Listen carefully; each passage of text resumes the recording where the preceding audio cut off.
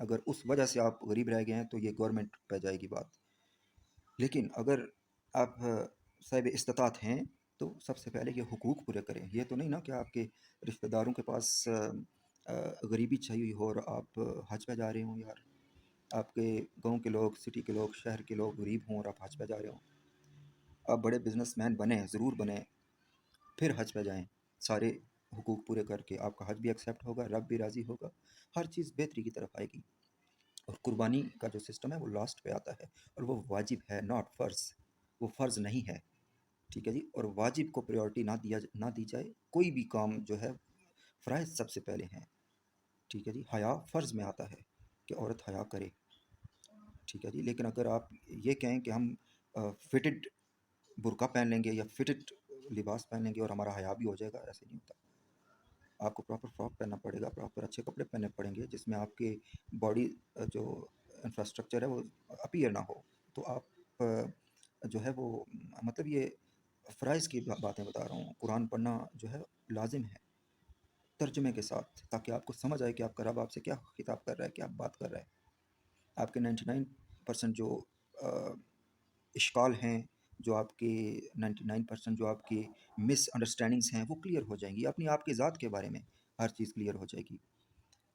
ٹھیک ہے جی. اور یہ چیزیں یونیورسٹی کی تعلیم میں نہیں ہیں انفارچونیٹلی، کیونکہ ہم نے اس پہ توجہ نہیں دی. کیونکہ ہمارے جو بیرونی اسٹیک ہولڈرس ہیں جیسے امریکہ ہو گیا، ٹھیک ہے جی، اور دیگر جو ممالک ہیں، مخالف ممالک بھی جیسے انڈیا ہو گیا، یہ ناراض نہ ہو جائیں. کیونکہ بیک ڈور ڈپلومیسی تو چلتی رہتی ہے، آپ کو پتہ ہے. باقی یہ نعرے تو لگتے ہی رہتے ہیں جو بھی ہیں. بہرحال میں اس طرف نہیں آنا چاہتا، لیکن میں آپ کو ٹو دی پوائنٹ بات یہ ہے کہ آپ بنیادی حقوق پورے کریں اپنوں کے، اپنے رشتہ داروں کے، اپنے عزیز و اقارب کے، اپنے گاؤں والوں کے، اپنے شہر والوں کے، اپنے صوبے والوں کے، اپنے ملک کے. اس کے بعد آپ حج پہ جائیں. آپ کا حج قبول بھی ہوگا اور رب کی نظر میں آپ کی عزت بھی ہوگی، اور رب آپ کی دعائیں بھی قبول کرے گا. آج ملینز آف پیپل حج کرتے ہیں، دعا قبول نہیں ہوتی. کیوں نہیں ہوتی؟ چند ایک ہیں جن کی قبول ہوتی ہے. ٹھیک ہے جی. اور ایک اور بات، بلین آف ڈالرز کی، بلین آف روپیز کی کرپشن کر کے آپ حج پہ جا رہے ہیں.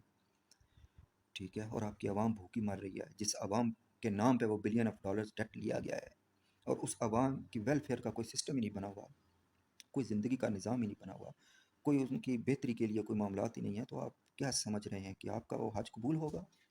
یہ تو آپ ایک اور ٹرینڈ چلا ہوا ہے کہ ویڈیوز بناتے ہیں لوگ، بڑا اپنے آپ کو ہائی لائٹ کرتے ہیں کہ ہم حج کرنے آئے ہیں. یار ایک آپ اپنی ویڈیو بنا کے اپنے پاس رکھ لیں. اٹ مینس کہ آپ کے آپ کی ہسٹری کے لیے ہو، کہ یادگار کے لیے، نہ کہ آپ کے تکبر یا آپ کا سٹیٹس شو کرنے کے لیے کہ میں بڑا مارکا کرنے آیا ہوں یا میں حج کر کے بہت بڑا کوئی الحاج بن گیا ہوں. ٹھیک ہے جی. آپ کو حج کے رکن پورے کرنے کے بھی اویئرنیس نہیں ہے، وہ بھی آپ کو ٹیچ کیا جاتا ہے، گائیڈ کیا جاتا ہے. آپ کو دعائیں یاد نہیں ہیں اور آپ حج کرنے جا رہے ہیں. یار یہ تو فیلئر آف گورنمنٹ ہے کہ انہوں نے پالیسی کیوں نہیں بنائی کہ ہمارا قائد اعظم نے یہ کنٹری آزاد کرایا بہت سی قربانیوں کے بعد، کہ مسلمان اس میں تحفظ سے رہیں اور اس میں اچھے طریقے سے زندگی بسر کریں. ٹھیک ہے جی. بہت عرصہ ہوا، 22-25 سال پہلے عربک ختم کر دی گئی ہماری کنٹری سے. ٹھیک ہے جی. پہلے اسکولس میں عربک پڑھائی جاتی تھی. ٹھیک ہے جی. ایک پراپر سازش کے تحت پاکستان کو سوویت وار میں پھنسایا گیا، پھر اس کے بعد فوراً عربک ختم کر دی گئی. ٹھیک ہے. لارڈ مکالے کی رپورٹ پڑھ لیں آپ کہ اس پورے کانٹیننٹ کو اور پورے مسلم ورلڈ کو اور پورے اسلامک ورلڈ کو آپ عربک سے محروم رکھیں، اسلام سے دور رکھیں ان کو، بس یہ. اور اپنا نظام تعلیم ان کو دے دیں، یہ یونیورسٹیوں کی ڈگریاں، یہ تعلیم ان کو دے دیں. بس فلانا انجینئر ہے، فلانا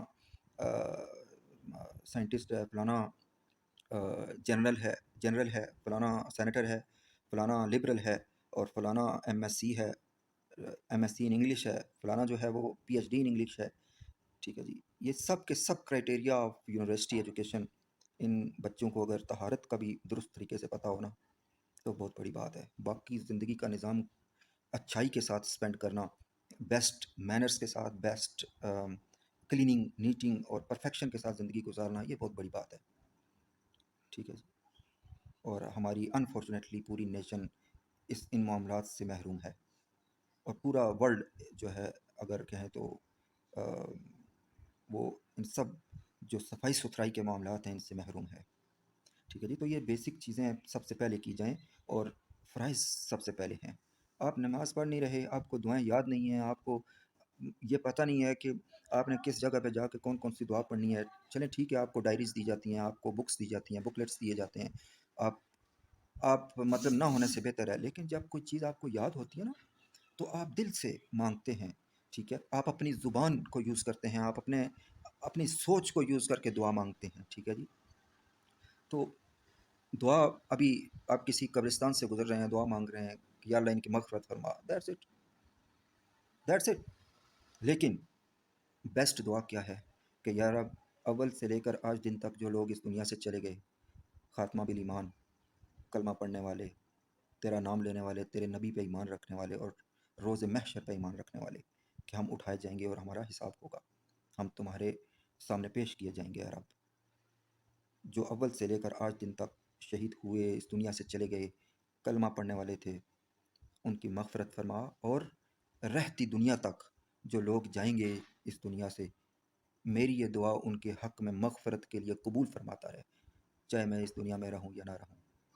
تو کیا ہوگا کہ آپ کے دنیا کے جانے سے بعد بھی وہی دعا ہو سکتا ہے آپ کے کام آتی رہے. کیونکہ لیاقت علی خان کی قبر میں نے دیکھی ہے،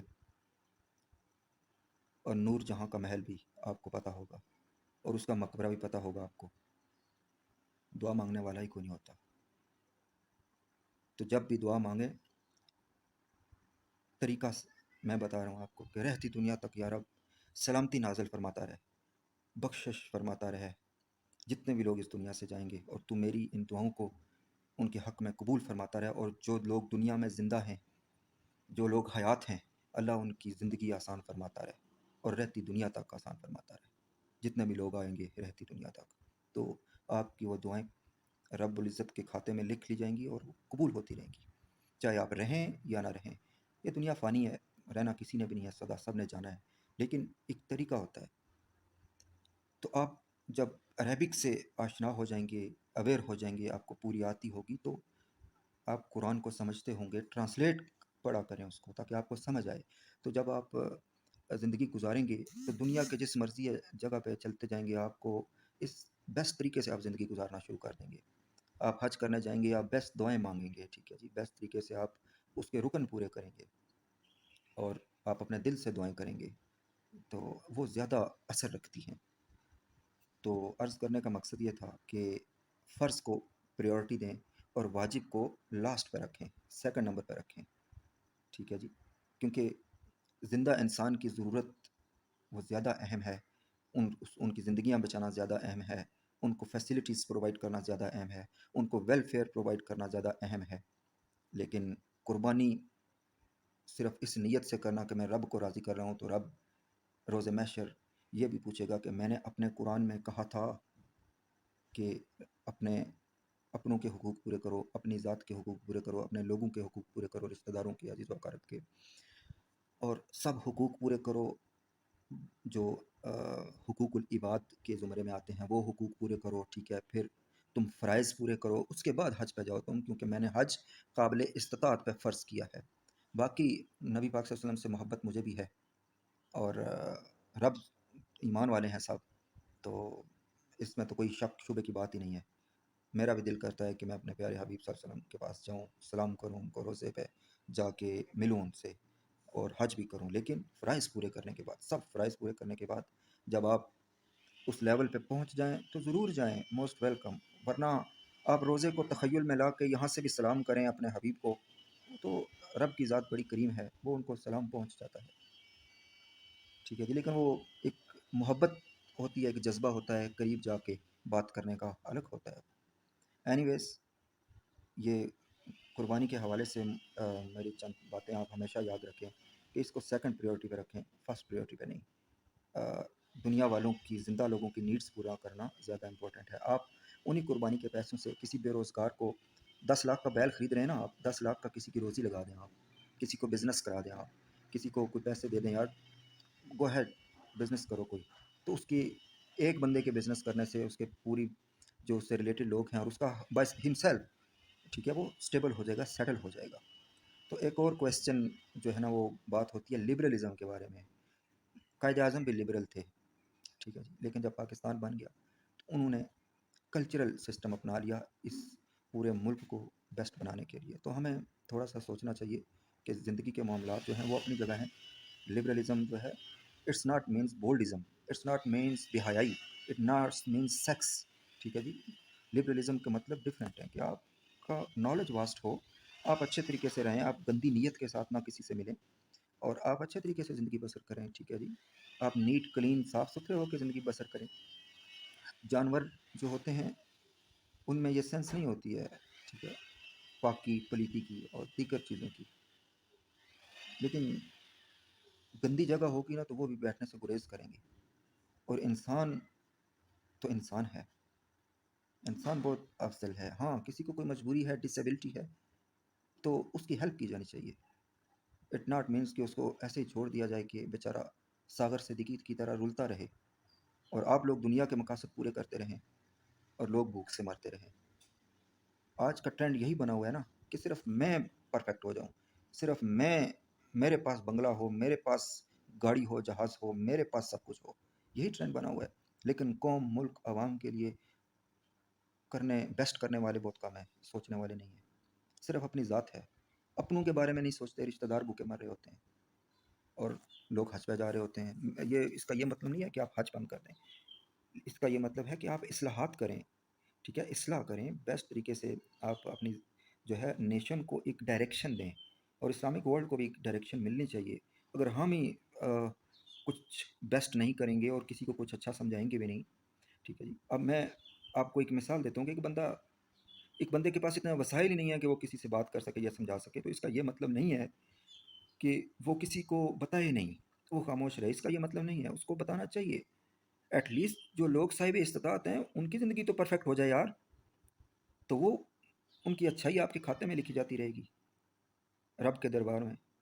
لیکن اگر آپ کسی کو اچھی بات نہیں بتائیں گے تو آپ مطلب اپنا نالج ڈلیور نہیں کریں گے, تو کسی کو کیسے پتہ چلے گا کہ what is right and what is wrong. اور موجودہ دور کے تقاضوں کے مطابق آپ کو موو فارورڈ ہونا ہوگا. دنیا کے ترقی یافتہ ممالک کو دیکھیں. ٹھیک ہے, اس کے بعد آپ اپنے ملک کو, اپنے قوم کو, اپنی نیشن کو وہ چیزیں جانیں کہ کون سی چیزیں ہیں کہ انہوں نے ترقی کی ہے اور وہ سویلائز نیشن کی طرف آ گئی. Why we are far behind from the world. ٹھیک ہے جی. ورلڈ سے فار بیہائنڈ کیوں ہیں ہم, دنیا سے ہم پیچھے کیوں ہیں؟ سچائی, ایمانداری, دیانتداری, آنیسٹی, نماز, روزہ, زکوٰۃ, صدقات, خیرات. دین نمبر لاسٹ 5 رکن, نمبر لاسٹ پرائز میں آتا ہے حج, اور اس کے بعد آتی ہے واجب. خواہ وہ قربانی ہو یا دیگر زندگی کے معاملات ہوں, وہ واجب میں آ جاتے ہیں. تو خوش رہیے, آباد رہیے, اپنی اصلاح کیجیے, مور بیسٹ طریقے سے زندگی بسر کیجیے, اور دوسروں کی ہیلپ کے جذبے سے, اور دوسروں کو بلڈ کرنے کے جذبے سے, دوسروں کی زندگیوں کو ٹریک پہ لانے کی نیت سے زندگی بسر کریں. تو انشاءاللہ سب کچھ بیسٹ ہو جائے گا, بٹ سلولی. السلام علیکم جی.